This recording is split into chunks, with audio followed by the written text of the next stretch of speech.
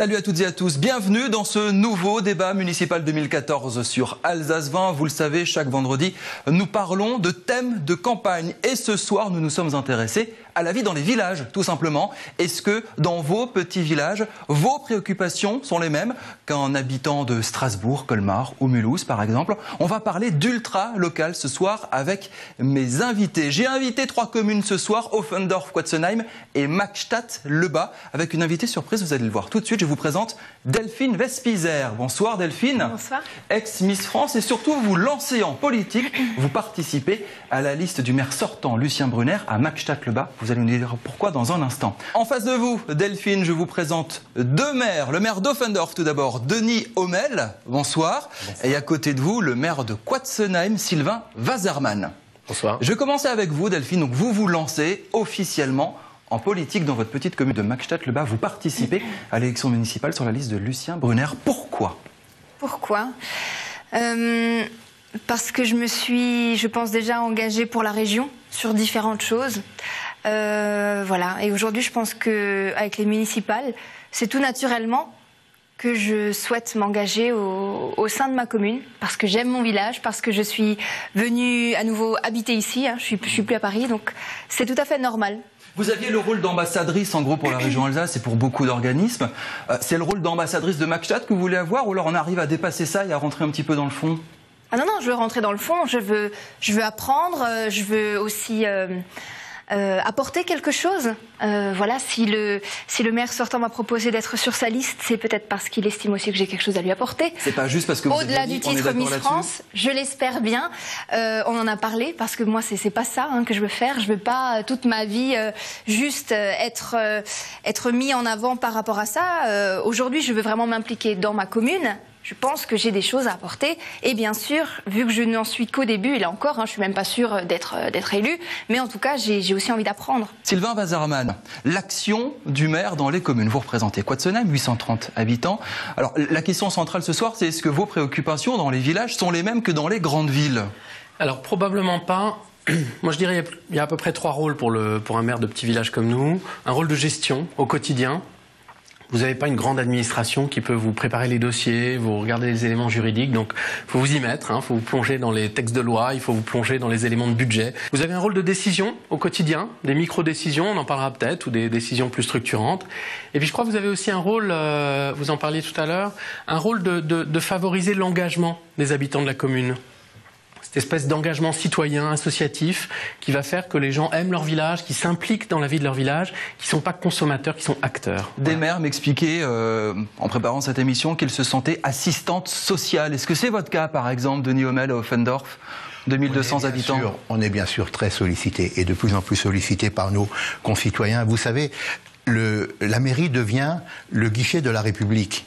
Avec toutes les intercommunalités qui se mettent en place, la mairie a de plus en plus ce rôle et on demande au maire d'intervenir pour beaucoup de choses qui ne sont pas d'ailleurs de son ressort direct. On est toujours dans l'imagerie de la querelle du clocher, par exemple, on est dans des choses beaucoup plus sérieuses. Aidez-moi à trouver du boulot, ma maison, une entreprise. Non, mais vous savez, le côté cloche-merle, il est en train de disparaître progressivement. Moi, je suis maire d'une commune du périurbain de Strasbourg. On est dans d'autres situations et on est évidemment très sollicité pour les services aux habitants, pour les questions sociales, des questions de sécurité, des questions d'organisation, des questions de mise à disposition de moyens pour des activités nouvelles, etc., etc. On va rentrer en détail dans un instant. Delphine Vespizer à Magstatt-le-Bas, quel sera votre rôle demain? Dans quoi allez-vous vous engager? Moi, c'est vrai qu'il y a certains domaines où je pourrais plus apporter que d'autres, notamment au niveau de la communication, parce qu'il y a à chaque fois un petit bulletin qui sort tous les 3 mois, où il y a tous les événements qui sont relayés là-dedans, donc il y a des articles à faire, tout ça c'est assez sympa.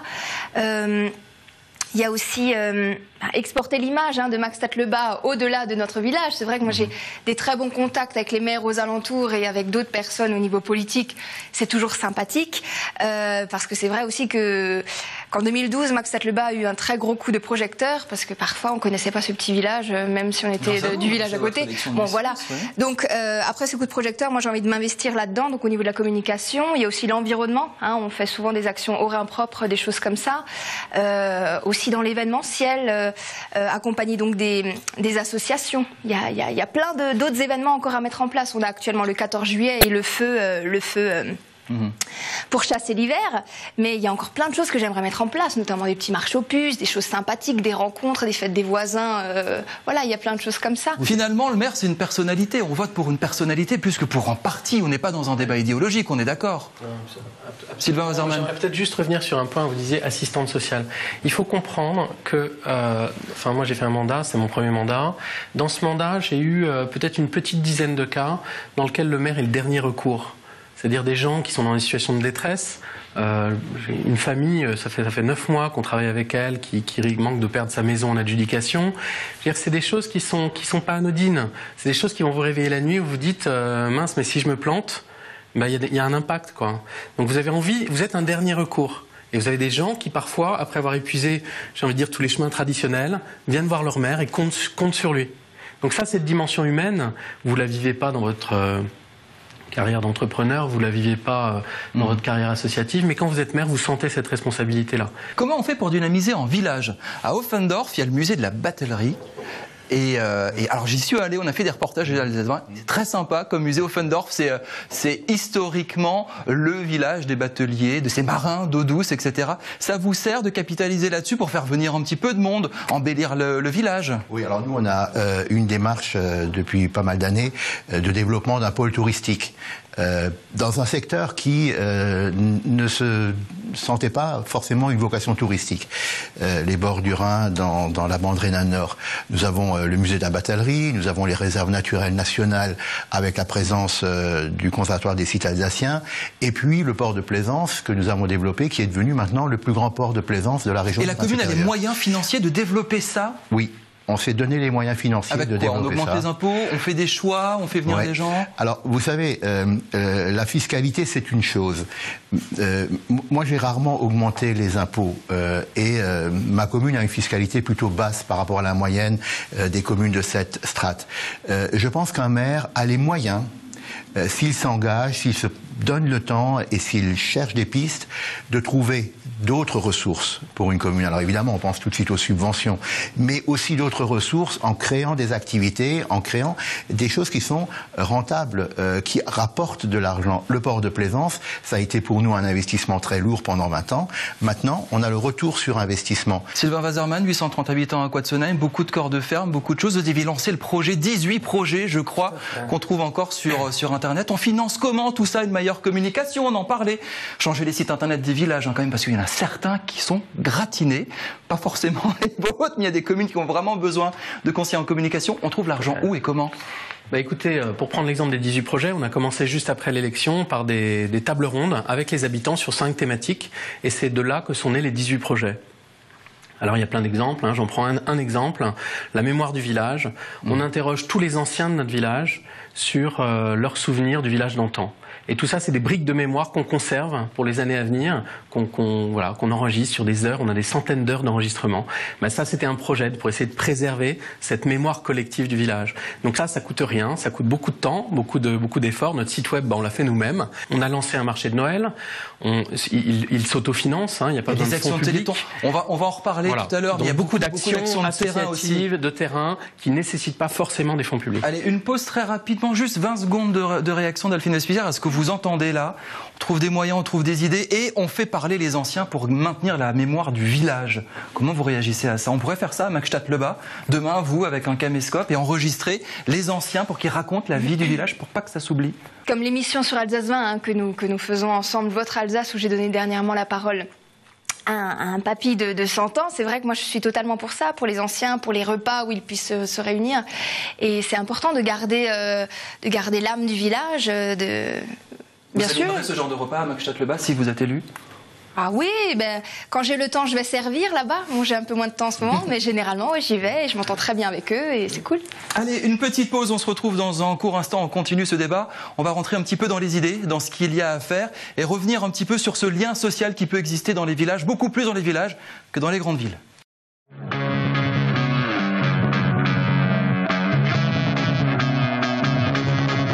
Municipal 2014, suite sur Alsace 20. Débat dans les villages aujourd'hui, vos préoccupations dans les campagnes avec Offendorf, Quatsenheim, Magstatt-le-Bas, Delphine Vespizer, Sylvain Wassermann et Denis Hommel. J'aimerais garder un petit peu cette lignée qu'on avait il y a quelques minutes sur le lien social dans les communes. À Quatsenheim, vous faites parler les anciens, vous essayez de faire vivre le patrimoine. Est-ce que finalement, ce n'est que dans les villages qu'on arrive à maintenir ce lien entre jeunes et anciens? Qu'est-ce que vous en pensez, Sylvain Wassermann? En fait, est-ce que c'est en thème de campagne, ça, déjà? Oui, alors ça a été, dans notre premier mandat, figurez-vous que Quatsenheim a été la première commune d'Alsace à avoir un label du ministère qui s'appelle Bien vieillir, mieux vivre ensemble, pour encourager justement cet intergénérationnel au travers du projet Mémoire que j'ai cité et puis d'autres projets. La deuxième commune d'Alsace est en Strasbourg, tout récemment. Et je crois qu'au-delà de ça, au-delà de cette anecdote, je crois que l'approche de ce lien intergénérationnel, il est fondamental, d'autant que la sociologie de nos villages, elle change. Il y a des nouveaux arrivants, il y a des familles qui sont là depuis très longtemps. Donc faire réussir cette dynamique, elle est fondamentale. Denis Hommel à Offendorf. Mais moi, je crois que ce qui est important dans une commune rurale ou semi-rurale, parce qu'on est un peu dans la même situation, dans la proximité d'une métropole et par conséquent dans un fort développement démographique. Ce qui est important, c'est de donner les moyens du lien social. Et les moyens du lien social, c'est les services aux habitants. Toutes les catégories d'une collectivité doivent pouvoir bénéficier de cet apport. Alors il y a des choses où c'est facile à réaliser, notamment ce que je viens de citer. Dans ma commune, il y a 25 associations qui développent 50 activités différentes. J'ai monté une école de musique, j'ai monté une bibliothèque, une association des artistes pour développer progressivement un pôle culturel. Je dirais que le domaine où on a le plus de mal à avoir la même offre que dans une ville, c'est bien sûr le domaine culturel. Alors, il faut faire des choix. Ça, c'est un peu plus compliqué. Créer de l'intérêt, c'est ça? C'est oui, moi, je mettrais un bémol, parce que la taille de notre village est probablement plus petite. Je pense qu'il y a deux choses. Il y a effectivement ces services à la personne et ces services aux habitants, mais les citoyens doivent pas uniquement être considérés comme des consommateurs. C'est-à-dire que c'est pas juste, je t'offre un service, tu prends ce que tu veux, t'achètes ce que tu veux. La question et le défi sur des petits villages comme nous, alors on n'a pas les moyens évidemment de votre commune, mais c'est de faire en sorte que les gens se disent, bah tiens, il y a une fête de village, il y a une association, je vais me remonter les manches et je vais être acteur. Et pour nous, ça c'est un défi avec la taille de notre commune qui est fondamental. Pas avoir des citoyens consommateurs uniquement, mais avoir des citoyens qui s'engagent. Et quand effectivement les moyens sont d'autant plus modestes, bah, c'est là où il faut susciter ça. Puis après, vous avez des événements, un marché de Noël qui se passe encore dans les fermes. Il y en a plus beaucoup en Alsace où on ferme la route, les 3 fermes du cœur du village ouvrent leurs portes. Et puis voilà, dans ces fermes, il y a des stands tout à fait typiques. Donc c'est des choses qui font vivre le village, qui donnent de la vie et du cœur au village. Vous allez pouvoir tirer le village derrière vous avec votre image d'ambassadrice d'Ex-Miss France pour arriver à ça, à cet engagement intergénérationnel, culturel, faire vivre tout simplement Magstatt-le-Bas. Bah, je pense que pour l'instant, 470 habitants, on va plutôt vous dire laisse-moi tranquille, je suis dans mon petit village, parce qu'on a le droit à ça aussi. Hein. Dans les villages, on a le droit de rester tranquille et pas vouloir s'impliquer. Non, Magstatt-le-Bas vit déjà très très bien. Moi, c'est simplement que j'aimerais donner des impulsions pour d'autres petites choses. Et j'aimerais aussi dire qu'en plus des événements où généralement les maires, les adjoints sont très présents pour la proximité et tout ça, je pense que simplement, au-delà de tout ça, au-delà de la période des élections, simplement se promener dans le village, dire bonjour à quelqu'un, aller boire un coup, c'est aussi ça, parce que beaucoup de personnes l'oublient. Il n'y a pas que les événements, il y a vraiment le côté sincère du truc. Mais c'est de la politique que vous faites finalement, ou c'est juste je participe à la vie du village? Non, c'est de l'engagement, hein, parce qu'on n'a pas de parti à Magstatt-le-Bas. C'est ça aussi qui est important, parce que sinon moi je pourrais plus faire ce métier maintenant que j'ai dans la communication, sinon ce serait très difficile. C'est simplement vraiment de l'engagement. C'est très impressionnant de vous écouter parce que, alors, j'ai pas besoin de faire votre promotion. Écoutez, j'ai pas besoin de faire votre promotion, mais vous avez vraiment toutes les qualités pour devenir conseillère municipale. Parce que, vous voyez, ce qui est essentiel quand on s'engage là-dedans, c'est d'aimer les gens. Ça rejoint ma question. Ça, c'est essentiel. On n'est pas dans de la lutte d'idéologie dans les papiers. Alors, l'idéologie, elle n'est pas totalement absente. Mais fondamentalement, l'idéologie dans nos communes n'est jamais une barrière pour les relations entre les gens. Allez, reportage à Holzwir, signé Émilie Jaffrat, autre petite commune, 1300 habitants à peu près dans le Haut-Rhin, rencontre avec le maire. Regardez, il nous parle de son action, de son engagement. Justement, on se retrouve dans 2 minutes. À Holzwihr, Bernard Gerbert brigue son 4e mandat à la mairie. Il prend la place de maire en 1995. Tête de liste pour la première fois, il ne pensait pas que les choses s'enclencheraient aussi vite. Les élections passées, il se met au travail en répondant aux urgences de l'instant. La démographie du village était alors galopante. De 900 habitants sous son premier mandat, la population d'Holzwihr atteint désormais les 1400 personnes. Et c'est très chouette d'être élu, c'est un honneur. Un plaisir et surtout un honneur. Mais bon, après l'élection du maire, c'est au travail. Au début, il a fallu construire une école. C'était l'urgence du moment. Et ensuite, que la commune exerce des prestations. L'école, forcément, d'avoir une seule école, peut-être pas de regroupement pédagogique, nous avons encore cette chance d'avoir notre propre école, et surtout le périscolaire, puisqu'il faut bien s'occuper de nos chérubins. De nombreuses rues ont également été rendues praticables, 3 mandats menés en parallèle de son emploi, inspecteur des finances publiques. À partir de juillet prochain, Bernard Gerbert se met à l'entière disposition de sa commune 2 ans avant la retraite. Mener ses fonctions professionnelles avec celles de maire, pas tous les jours évident. La difficulté, c'est qu'il n'y a pas d'interruption entre le travail hebdomadaire, les réunions bien sûr le soir pour l'activité de maire, surtout que je suis également président de communauté de communes, donc ça rajoute bien sûr encore un peu plus de travail. Donc c'est vrai que, et le week-end, c'est les représentations, donc il n'y a pas de rupture, c'est fatigant, et même intellectuellement, d'être performant dans les 2 domaines, c'est difficile.